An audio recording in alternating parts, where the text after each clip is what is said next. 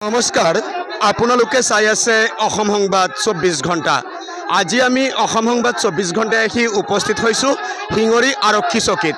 আৰু শিঙৰি আৰক্ষী চকীত বৰ্তমান এক উত্তপ্ত পৰিস্থিতি আমি দেখুৱাই আছোঁ। সামগ্ৰিক পৰিৱেশ এয়া হৈছে ঢেকিয়াজুলি আৰক্ষী থানাৰ অধীনস্থ শিঙৰি আৰক্ষী চকীৰ পৰিৱেশ। আৰু শিঙৰি আৰক্ষী চকীত ইতিমধ্যে যুৱ প্ৰজন্মই ঘেৰাও কৰা পৰিলক্ষিত হৈছে। জুবিন গাৰ্গৰ মৃত্যুত দোকান বন্ধ ৰাখিবলৈ আহ্বান জনাইছিলে, কিন্তু সেই দোকানীয়ে দোকান বন্ধ ৰাখিবলৈ সন্মতি নিদি ওলোটাই প্ৰশ্ন কৰাক লৈ সৃষ্টি হৈছে উত্তেজনা। আৰু আমি দেখুৱাই আছোঁ সামগ্ৰিক পৰিৱেশ এয়া হৈছে শিঙৰি আৰক্ষী চকীৰ দৃশ্য। আৰু শিঙৰি আৰক্ষী চকীত এনেদৰেই প্ৰতিবাদ সাব্যস্ত কৰিছে এতিয়া ক্ষোভিত যুৱকসকলে। আৰু প্ৰতিবাদ সাব্যস্ত কৰি কোনো কাৰণতে জুবিনক অপমান কৰা সহ্য কৰা নচলিব, আজি এনেদৰে শ্লোগান দি পৰিৱেশ উত্তাল কৰিছে শিঙৰি আৰক্ষী চকীৰ। আৰু এয়া হৈছে শিঙৰি আৰক্ষী চকীৰ দৃশ্য। আৰু শিঙৰি আৰক্ষী চকীত এতিয়া এক উত্তপ্ত পৰিস্থিতি। ইতিমধ্যে যুৱ প্ৰজন্ম ওলাই আহিছে আৰু শিঙৰি আৰক্ষী চকী ঘেৰাও কৰিছে। শিঙৰি আৰক্ষী চকী ঘেৰাও কৰি ইতিমধ্যে পৰিস্থিতি উত্তপ্ত কৰি তোলা পৰিলক্ষিত হৈছে। যিহেতু যুৱ প্ৰজন্মৰ হাৰ্টথ্ৰব জুবিন গাৰ্গ, তেখেতৰ অকাল মৃত্যু হৈছে।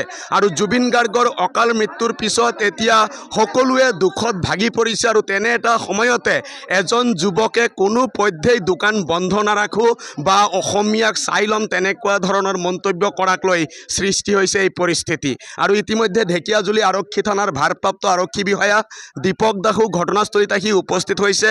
আৰু তেখেতে পৰিস্থিতি নিয়ন্ত্ৰণৰ কাৰণে চেষ্টা অব্যাহত ৰাখিছে, যদিও বৰ্তমানলৈকে পৰিস্থিতি নিয়ন্ত্ৰিত হোৱা নাই। আমি দেখুৱাই আছোঁ সামগ্ৰিক পৰিৱেশ এয়া হৈছে শিঙৰি আৰক্ষী চকীৰ দৃশ্য। আৰু ইতিমধ্যে শিঙৰি আৰক্ষী চকী ঘেৰাও কৰিছে যুৱকসকলে। আৰু ক্ষোভিত যুৱকে শিঙৰি আৰক্ষী চকী ঘেৰাও কৰি পৰিৱেশ উত্তাল কৰিছে। আৰু তেখেতলোকৰ এটাই কথা, জুবিন গাৰ্গৰ ওপৰত অপমান সহ্য কৰা নহ'ব। আৰু হয়ও কথাষাৰ, যি সময়ত জুবিন গাৰ্গৰ কাৰণে আজি সাধাৰণ জনতাৰ পৰা আদি কৰি ভিক্ষুক পৰ্যন্ত ঘৰত বহিছে, যিটো দিন ভিক্ষুকেও এদিন কৰ্মবিৰতি কৰিছে, নিজে ভিক্ষা বিচাৰি যোৱা নাই, এনেকুৱা এটা দিনত কি সাহসত এই যুৱকজনে এনেকুৱা মন্তব্য কৰিবলৈ পালে সেয়া নিশ্চয় তদন্তত ওলাই পৰিব। আৰু কোনেও আগন্তুক দিনত কমচে কম জুবিন গাৰ্গক লৈ এনেধৰণৰ মন্তব্য নকৰক বা শিল্পী সমাজক লৈ এনেধৰণৰ মন্তব্য নকৰক, তাকে লৈ এতিয়া ক্ষোভিত হৈ পৰিছে যুৱ প্ৰজন্ম। আৰু যুৱ প্ৰজন্মই এনেদৰে শিঙৰি আৰক্ষী চকী ঘেৰাও কৰা পৰিলক্ষিত হৈছে। আৰু এক উত্তপ্ত পৰিস্থিতি বৰ্তমান ক'ব লাগিব শিঙৰি আৰক্ষী চকীত। আৰু শিঙৰি আৰক্ষী চকী তেনেদৰেই ঘেৰাও কৰি পৰিৱেশ উত্তপ্ত কৰি তুলিছে যুৱকসকলে। আৰু যুৱকসকলৰ স্পষ্ট কথা, জুবিন গাৰ্গক অপমান সহ্য কৰা নহ'ব। আৰু ইতিমধ্যে যিহেতু জুবিন গাৰ্গৰ সৎকাৰ হোৱা নাই, যি সময়ত চৰকাৰ প্ৰশাসন সকলোৱে জুবিন গাৰ্গৰ সৎকাৰৰ চিন্তাক লৈ ব্যস্ত, পৰিয়ালৰ মাজত মাত্ৰ কান্দোনৰ ৰোল, তেনেকৈ এটা আৱেগিক মুহূৰ্তত এই এজন যুৱকে এনেধৰণৰ কটু মন্তব্য কৰাক লৈ এতিয়া ক্ষোভিত হৈ পৰিছে দল সংগঠন আৰু বিভিন্ন যুৱ সমাজ। আৰু যুৱ সমাজে আজি শিঙৰি আৰক্ষী চকী ঘেৰাও কৰি পৰিৱেশ উত্তাল কৰিছে। আৰু আমি দেখুৱাই আছোঁ এয়া হৈছে শিঙৰি আৰক্ষী চকীৰ পৰিৱেশ। আৰু শিঙৰি আৰক্ষী চকীত এতিয়া এনেধৰণৰ উত্তাল পৰিৱেশ দেখিবলৈ পোৱা গৈছে। আৰু বিভিন্ন শ্লোগান দিয়া পৰিলক্ষিত হৈছে শিঙৰি আৰক্ষী চকীত। আৰু কোনো কাৰণতে যুৱকসকলে এই অপমান সহ্য নকৰে। আৰু জুবিন গাৰ্গক লৈ এই অপমান সহ্য কৰা নহ'ব বুলি আজি তেখেতলোকে হুংকাৰ দিছে। আৰু ইতিমধ্যে ঢেকিয়াজুলি আৰক্ষী থানাৰ ভাৰপ্ৰাপ্ত আৰক্ষী বিষয়া দীপক দাস ঘটনাস্থলীত উপস্থিত হৈ পৰিস্থিতি নিয়ন্ত্ৰণৰ কাৰণে চেষ্টা অব্যাহত ৰাখিছে। আৰু আমি যদি সম্ভৱ হয় যিসকল স্থানীয় যুৱক আছে, আমি তেখেতলোকৰ পৰা কিছু প্ৰতিক্ৰিয়া লোৱাৰ চেষ্টা কৰিম, আমি যত্ন কৰিম। যিহেতু আজি যুৱ প্ৰজন্ম এনেদৰে ওলাই আহিছে শিঙৰি আৰক্ষী চকীত। আৰু যুৱ প্ৰজন্ম শিঙৰি আৰক্ষী চকীত ওলাই আহি এনেদৰেই আজি ক্ষোভ প্ৰকাশ কৰিছে। দেখা গৈছে আজি শিঙৰি আৰক্ষী চকী আপোনালোকে ঘেৰাও কৰিছে, কিয়? হয়, আপোনালোকে দেখি আছে যিটো সময়ত সমগ্ৰ অসম জুবিন দাক হেৰুৱাৰ দুখত সমগ্ৰ অসম জ্বলি আছে, অসমীয়া জ্বলি আছে। তেনে অৱস্থাত আমাৰ কাষৰে শিঙৰি আৰক্ষী চকী অন্তৰ্গত বালিজানত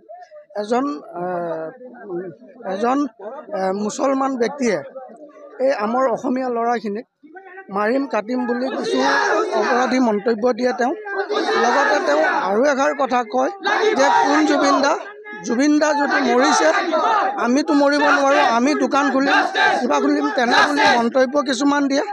গতিকে আমি আজি ইয়াত প্ৰায় ৰাইজখিনিয়ে গোট খাইছোঁ। আমি সেই কাল্পিকজনক বিচাৰিছোঁ, তেওঁক আৰক্ষীয়ে শাস্তি প্ৰদান কৰক। আমাৰ ইমানেই বাছ। হয়, ইতিমধ্যে শুনিলে যিগৰাকী যুৱকে এনেধৰণৰ কটু মন্তব্য কৰিছে জুবিন গাৰ্গক লৈ। জুবিন গাৰ্গ কোন হয়? যি সময়ত ভিক্ষাৰীয়েও ভিক খুজিব যোৱা নাই, জুবিন গাৰ্গৰ মৃত্যুত মৰ্মাহত হৈছে, তেনে অৱস্থাত এইগৰাকী যুৱকে এনে মন্তব্য কৰাক লৈ এতিয়া জ্বলিছে শিঙৰি, আৰু শিঙৰি আৰক্ষী চকীৰ সন্মুখত এনেদৰে ঘেৰাও কৰি প্ৰতিবাদ সাব্যস্ত কৰিছে যুৱ প্ৰজন্মই। কি ক'ব আজিৰ দিনটোত? চাওক, বৰ দুখ লগা কথা। আমাৰ যিটোৰ সময়ত গোটেই অসম মানে স্তব্ধ হৈ আছে, বৰ্তমান কোনো মানে হয়তো কাৰোবাৰ ঘৰত ভাত নাই, কাৰোবাৰ ঘৰত পানী নহয়, এনেকুৱা এটা পৰিস্থিতিৰ সৃষ্টি হৈ আছে। সেইটোৰ সময়ত এই যি আমাৰ আজি দুজন অসমীয়া ল'ৰাক এজন মুছলিম ব্যক্তিয়ে বাঁহ লৈ মাৰিবলৈ যি দৌৰাই আহিছিলে বা ইটা দলিয়াইছে, সেই তেনেধৰণৰ পৰিস্থিতি হৈছে এই আমাৰ অসমত।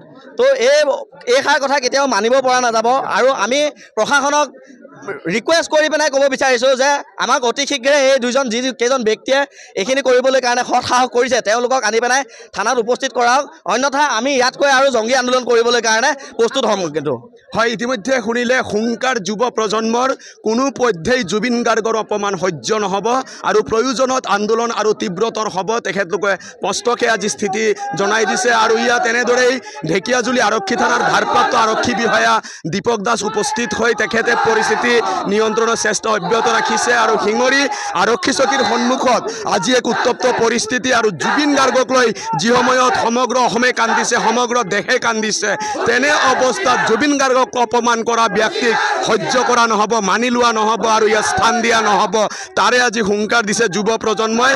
আৰু যিহেতু যুৱ প্ৰজন্মৰ হাতৰপ আছিলে জুবিন গাৰ্গ, আৰু জুবিন গাৰ্গৰ অপমান কোনো পধ্যেই আমি অসম সংবাদ 24 ঘণ্টায়ো মানি ল'ব নোৱাৰোঁ, সহ্য কৰিব নোৱাৰোঁ। আৰু আগন্তুক দিনত আৰক্ষী প্ৰশাসনে নিশ্চয় সঠিক ব্যৱস্থা গ্ৰহণ কৰিব, আৰু জুবিন গাৰ্গক অপমান কৰা, অসমীয়া জাতিক অপমান কৰা প্ৰতিগৰাকী ব্যক্তিক চিনাক্ত কৰি কঠোৰ শাস্তি দিয়াৰ ব্যৱস্থা কৰক প্ৰশাসনে।